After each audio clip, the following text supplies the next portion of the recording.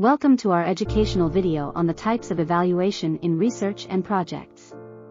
Evaluation plays a crucial role in assessing the effectiveness and impact of research and projects.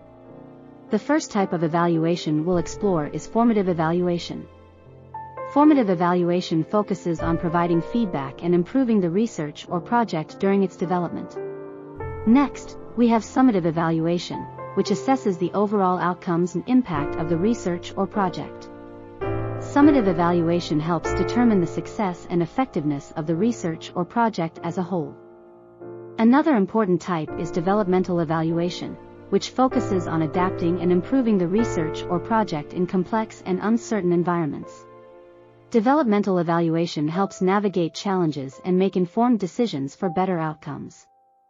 Lastly, we'll discuss impact evaluation, which measures the long-term effects and sustainability of the research or project.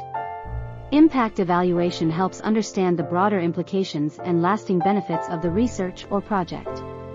By utilizing these different types of evaluation, researchers and project managers can gather valuable insights and improve their work. Now that you understand the various types of evaluation, you can apply them to enhance the quality and impact of your own research and projects.